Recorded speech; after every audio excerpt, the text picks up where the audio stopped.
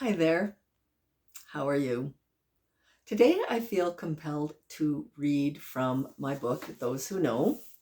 And my first videos talked about how I spent a lot of time with the elders about 30 years ago. And a lot of what they told me, I didn't really understand. They did talk about manifestation, though not using those kinds of words, and how powerful we are when we are healed and connected. So this is a story about Rose Auger, or it's just some words from Rose Auger, who was a powerful Cree woman. And she was pushing for women's rights back in the 70s and 80s when our people had become very patriarchal. But she went and spent a lot of time with the Mohawk people in Eastern Canada who were matriarchal. The women picked the leaders.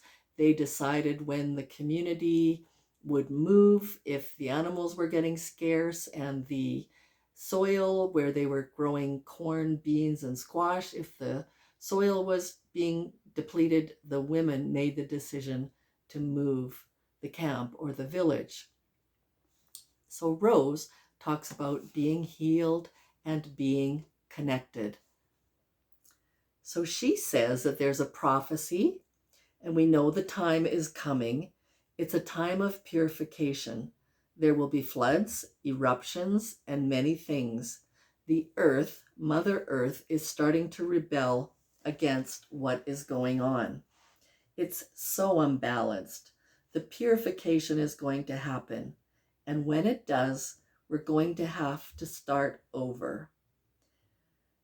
So the medicine people and prophets that Rose traveled to meet with in southern Alberta, Saskatchewan, and the United States have said for many years that people need to prepare for the purification. The time may come when we can't find water, so we should learn to find water. If we can't find medicines, we have to revive our powers to communicate and be guided as to how we're going to find what we need.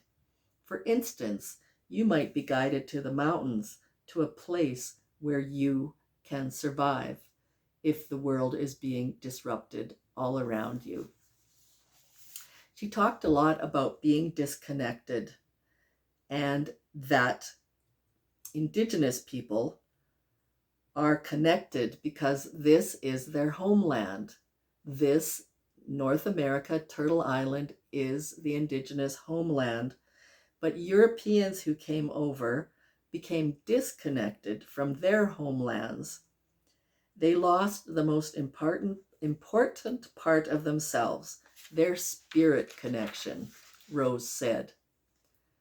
So the emphasis was then put on economic development instead of human development and healing. Human development is the finding of your identity by looking at your history and your roots. It's a way of life that guides you and helps you to know the right thing to do. Without this kind of human development, people disconnect from the guidance of the Creator and look only to themselves for direction. Rose explains. With that spirit connection gone, the mind and body take over, and they get stuck on themselves, and nothing else matters. The mind and body are self-centered. They seek to be satisfied with the least effort and easily become attached to material things. When people come to Rose, she says, to regain their lost spiritual connection, she always helps them to realize that the world does not revolve around them. We have to relate to everything, be it a tree, a blade of grass, or clear spring water.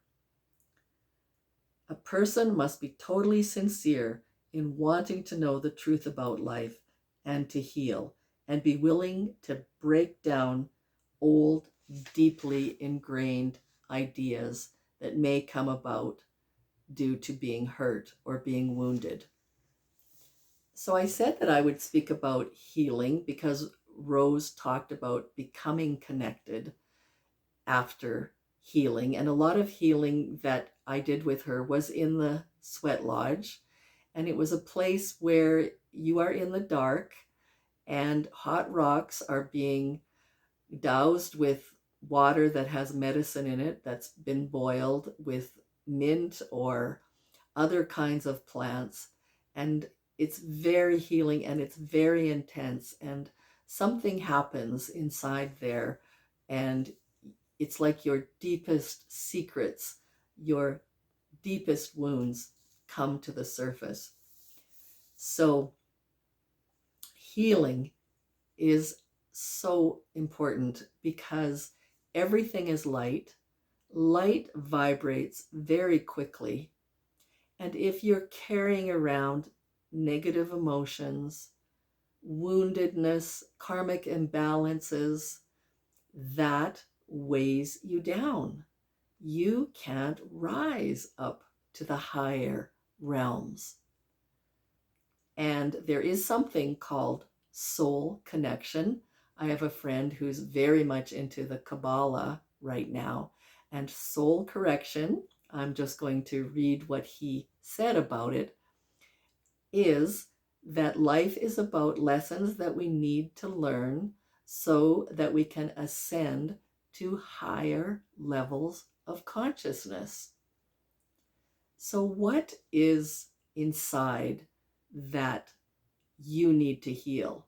And I'm not talking about physical healing, I'm talking about old ideas, things that your child inside may still be carrying, because we are sponges. I think it's from 1 to 7, and we're just taking in everything around us, and it becomes our truth. I have still issues around money. I had a father who did not believe that money was coming to him at all, and we never got to go anywhere. We never got to go and have an ice cream cone. He would just drive home and say, we can't afford that. So I grew up feeling I can't afford that, and saying that over and over. I was just saying, repeating what my father told me, what I grew up with. And that was a very deeply held and deeply seated emotion. So my father, being as thrifty as he was, when he passed away, he had actually a lot of money put away. And it was left to myself and my other siblings.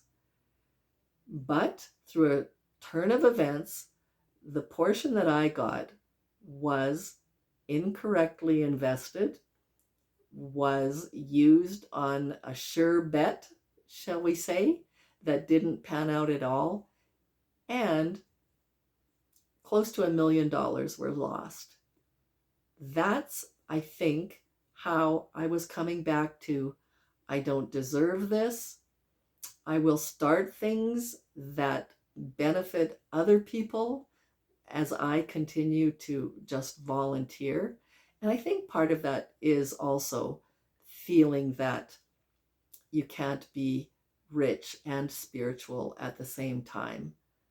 So I'm working on that because I can justify having a monetary windfall, because again, I'm going back to what Rose talked about, that every abundance that I have will be shared with others. And that's what comes about when you heal yourself as well. I wrote this down as well, and I want to get it correct. Well, first of all, let me talk about the benefits of clearing energetic blocks. Just like that stream that can't flow through mud and weeds, when you clear those energy blocks, when you clear those deep hurts, feeling like I'm not enough or I'm guilty about something that wasn't even your fault, or feeling like you never measure up, all of those things are weighing you down, perhaps. And a beautiful thing that happens in a hypnotherapy session, as I offer it along with Wee Whip Sun, which is putting you in a virtual swing, a baby swing, a cradle, and going deeply within. I have the child who is now being, I guess, updated from the thoughts, from the decisions he or she made about life. Like actually, a very powerful one was a woman came to me and she would always meet a special person, but she would do something to sabotage the relationship. And she always end up single again. And I think that this is a common story for a lot of people. So, what she shared in the session was that she had a grandmother that just loved her and she loved the grandmother. Her parents were actually quite hands off and really didn't care about the kids much at all, kind of were into monetary gain. So, this woman, doted on her grandmother, and then her grandmother died. So what did my client make a decision about? That whatever I love goes away. And that happened with a pet, a beloved pet that died and left her. And it also happened with an uncle. It was actually an uncle who was younger than her, but they really bonded. And this uncle was killed in a car accident. So, yes, she made the choice, made the decision that whenever I love something and it loves me back, it's taken away. So that became her truth. And she made her truth happen by sabotaging every relation that she entered into. She was actually doing it unconsciously, not trying to upset this person or sever the relationship. It was just by, unconsciously being late for something, or I can't remember a lot of the details about it. But what we did was take her as an adult back to her childhood and actually felt that loss when she lost her pet, her grandmother, and her uncle, and feel the pain. We don't feel it for very long, and then go into the decision that little girl made, that whatever I love is taken away. And the adult is then, I take them into the scene and they kneel down and speak to that child with what they know now, that everything isn't taken away. And they show the child the relationships that they have that aren't being taken away. So what happens is that little child is updated, and where the child was stuck with that unhealthy belief, that is then healed. And it's a game changer. So the woman, that client, realized that. And once she did, it was like a weight was lifted off of her when she realized that no, not everything is taken away, that she can embrace love and it can continue.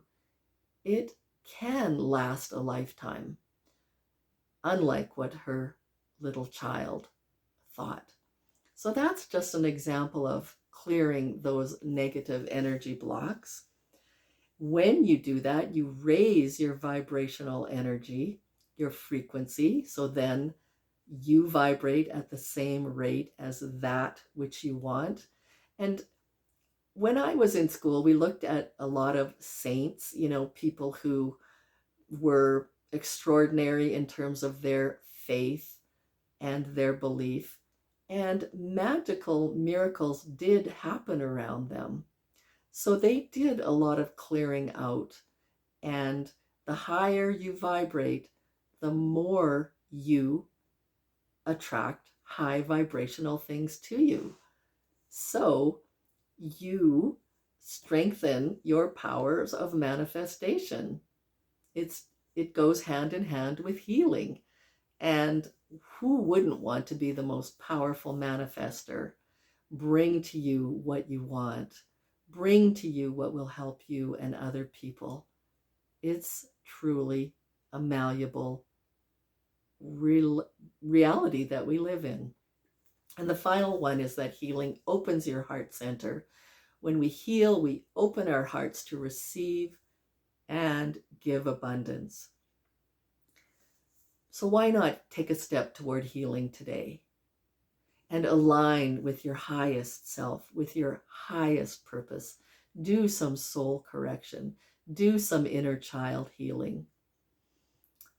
If you'd like to hear more of this kind of content and hear from the elders, please like and subscribe and even comment on something that you healed that was very, very deeply ingrained. It could be, yes, your thoughts about money. It could be your thoughts about everything being taken away. It could be another client was always in poverty, and she was so ashamed of herself because as a child, the family didn't have money. And when she would go to school, the kids would all have, the latest jacket or runners, and she never had anything like that. So she carried that burden basket with her of feeling not good enough, never measuring up, always being embarrassed. That is being embarrassed of her appearance. Those are huge emotional wounds that we did a lot of work together to help release those limitations, those limiting beliefs. So take a step forward today to your own healing. May it be hypnotherapy, may it be working with an energy healer. There's so many practitioners around. Take a look at the website in your city or town. There's usually, I know I live near a city called Edmonton, and there's a whole website on spiritual Edmonton and people who can help you heal and remove these emotional blocks and these emotional wounds, and they help you ascend and rise to a higher state of consciousness. And really, that's what it's all about as we rise and we rise and we ascend the frequencies and become lighter and lighter and move toward the light. Thanks for listening. Kinan Skomatin, hi hi. We'll see you in the next video.